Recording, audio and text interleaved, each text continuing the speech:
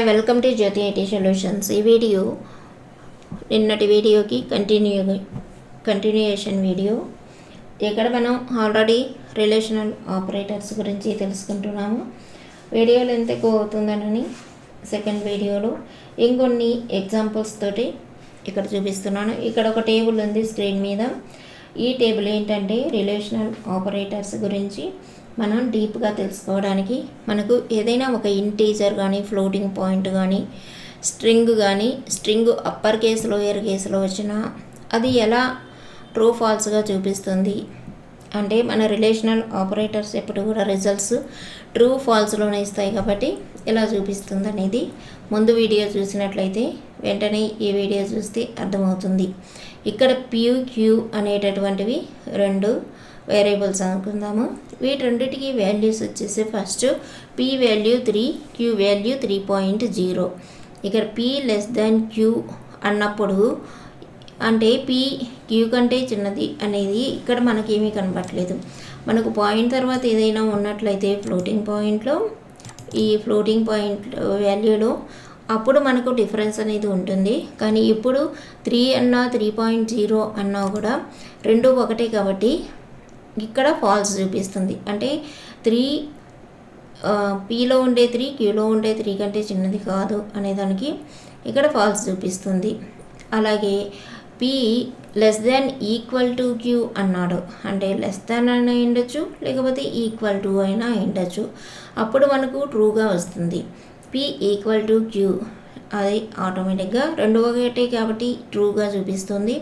P Q అన్నప్పుడు falls అంటే రెండు ఈక్వల్గా ఉన్నప్పుడు గ్రేటర్ దాన్ అనేది రాదు. P= అన్నప్పుడు ఇక లెస్ దాన్ ఈక్వల్ టుకి ఎలా అయితే ట్రూ అయిందో అలాగే greater than or equal to అనేదానికి ట్రూ అవుతుంది. మనకు ఆటోమేటిక్గా P=Q అన్న ట్రూ అయినప్పుడు P⧠Q అనేది ఫాల్స్ అవుతుంది. మనకి మీరు చూసుకున్నట్లయితే P=Qలో ఏవి ట్రూ ఉంటాయో దానికి ఆపోజిట్గా ఫాల్సే ఉంటుంది. మిగతా వాటికి అలా ఉండదు, కొన్ని మారుతూ ఉంటాయి. తర్వాత P వాల్యూ 6 ఉంది, ఇక్కడ Q వాల్యూ 4 ఉంది.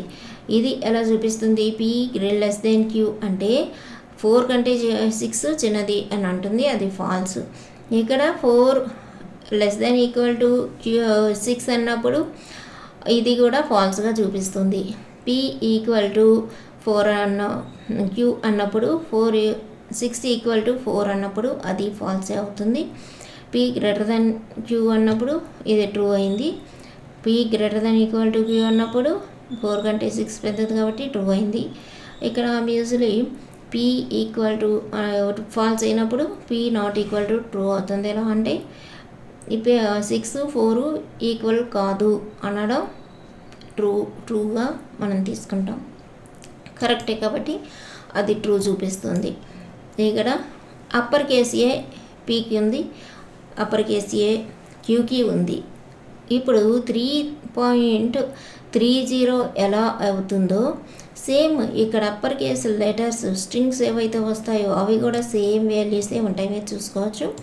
ఇక్కడ ఫాల్స్ వచ్చింది, ఫాల్సే వచ్చింది. అంటే P<Q అన్నప్పుడు ఇక్కడ మనకు డిఫరెన్స్ అనేది ఏమీ లేదు కాబట్టి రెండు కూడా ఈక్వలే కాబట్టి ఫాల్స్ ఇది.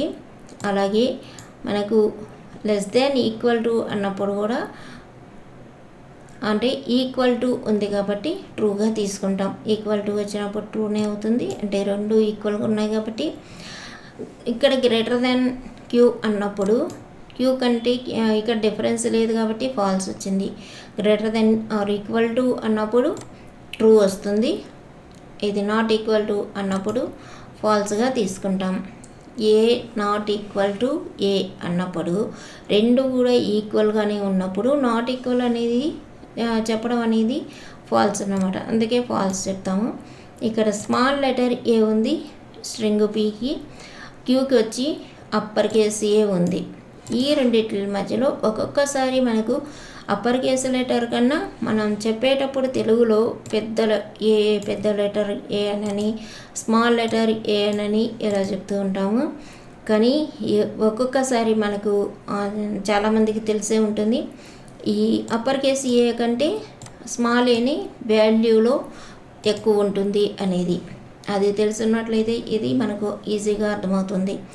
ఏ లెస్ దాన్ క్యూ అంటే ఫాల్స్ వస్తుంది. అంటే ఇక్కడ ఒకటి ఎక్కువ ఒకటి తక్కువ అనేది ఏది అనేది మనకు తెలియదు కాబట్టి ఫాల్స్ వస్తుంది. లెస్ దాన్ ఈక్వల్ టు అనేది కూడా ఫాల్సే వస్తుంది. లెస్ దాన్ లేదు, ఏ కంటే స్మాల్ ఏ చిన్నది కాదు, అలాగే ఈక్వల్ టు కాదు.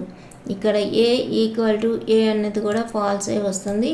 ఈ రెండిటికి మధ్యలో మనకు small letter upper case letter అనే వాల్యూలో తీసుకున్న ఇది ఫాల్సే అవుతుంది, ఈక్వల్ కాదు. ఇక్కడ పోయి గ్రేటర్ దాన్ క్యూ అన్నప్పుడు మనకి ఇక్కడ పోయి లెస్ దాన్ క్యూ అన్నప్పుడు ఫాల్స్ వచ్చింది కదా, ఇది కూడా ఫాల్సే రావాలి కదా అనేది ఏమీ లేదు. యాజ్ పర్ డిక్షనరీ మనం తీసుకున్నట్లయితే ఇది ఒక్కొక్కసారి ట్రూ అవుతుంది, అలాగే గ్రేటర్ దెన్ ఈక్వల్ టు కూడా ట్రూనే అవుతుంది.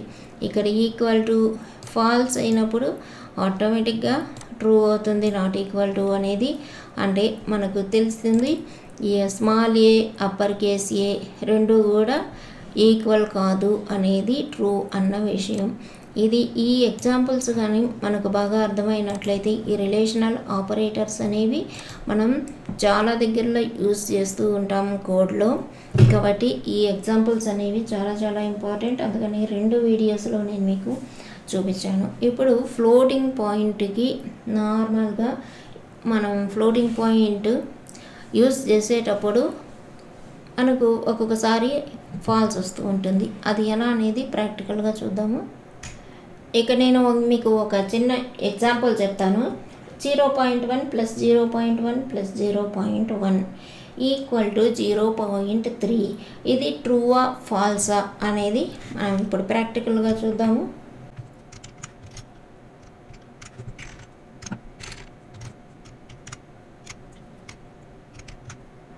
మనకి ఇది 0.1 + 0.1 + 0.1 ఒక అడిషన్.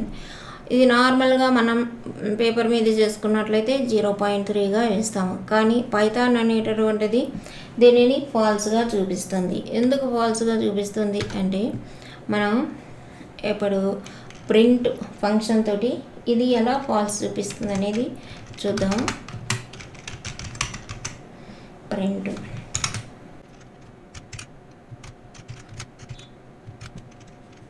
మనకి ఇప్పుడు ఈ 0.1ని 3 టైమ్స్ అడిషన్ చేస్తున్నట్లయితే మనకి ఏది వస్తుంది, వాల్యూ అనేది మనకు ఇలా పెద్ద నెంబర్లో వస్తుంది. 0.3 మధ్యలో చాలా జీరోస్ వస్తాయి, 10 పైన లాస్ట్లో 4 అనేది ఉంది. అందువల్ల మనకు ఇక్కడ ఫాల్స్గా చూపించింది. ఇది నాట్ ఈక్వల్ టు 3 అన్నమాట. ఇలా మనకు పైథాన్ కాన్ఫిగరేషన్ ఏదైతే ఉంటుందో ఓఎస్ అనేది దాని వలన ఈ చేంజ్ అనేది మనకు వస్తుంది. ఇప్పుడు మనం 0.3కి వాల్యూ ఎంత అనేది కూడా ఇక్కడ చూసినట్లయితే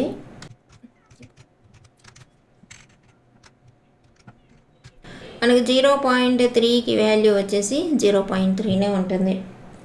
ఇలా మనం రిలేషనల్ ఆపరేటర్స్ తోటి ప్రతి పాయింట్ నేర్చుకున్నట్లయితే ఈజీగా ఉంటుంది. ఇది ఇక్కడ మనం రిలేషనల్ ఆపరేటర్స్ తోటి అర్థమెటిక్ ఆపరేటర్స్ని ఎలా తీసుకోవాలనేది చూస్తాము. దీంతో మనకు రిలేషనల్ ఆపరేటర్స్లో బేసిక్స్ అనేవి అయిపోతాయి. తర్వాత మనం కోడ్లో ఎక్కడ వస్తుంది అనేటటువంటిది కోడ్ చెప్పేటప్పుడు చెప్తాను. ఇప్పుడు ఎక్స్ప్రెషన్ 1 వచ్చేసి a + 5 > c - 2 అనేటటువంటిది ఉంది. ఇది నార్మల్ ఎక్స్ప్రెషన్ అన్నమాట. దీన్ని ఎలా తీసుకోవాలి అంటే ఇక్కడ ఎక్స్ప్రెషన్ 2లో చెప్పినట్లుగా a + 5 అది మనం సపరేట్గా తీసుకోవాలి, c - 2 అనేది సపరేట్గా తీసుకోవాలి. రెండిటిలో ఏది గ్రేటర్ అనేది మనం తీసుకోవాల్సి ఉంటుంది. ఎక్స్ప్రెషన్ 3 అనేది మనకి ఇక్కడ దీనిని ఎలా ఫాలో అవ్వకూడదు అని చెప్పడం కోసం ఎగ్జాంపుల్ ఇది.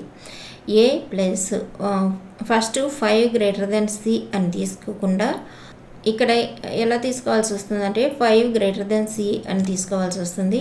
ఎలా తీసుకోకూడదు, మనం ఎప్పుడు కూడా కరెక్ట్ వే ఇది అవుతుంది. ఇది మనకు రిలేషనల్ ఆపరేటర్స్. నెక్స్ట్ మనకి ఇంకా కొన్ని ఆపరేటర్స్ ఉన్నాయి. ఐడెంటిటీ ఆపరేటర్, లాజికల్ ఆపరేటర్, ఇలా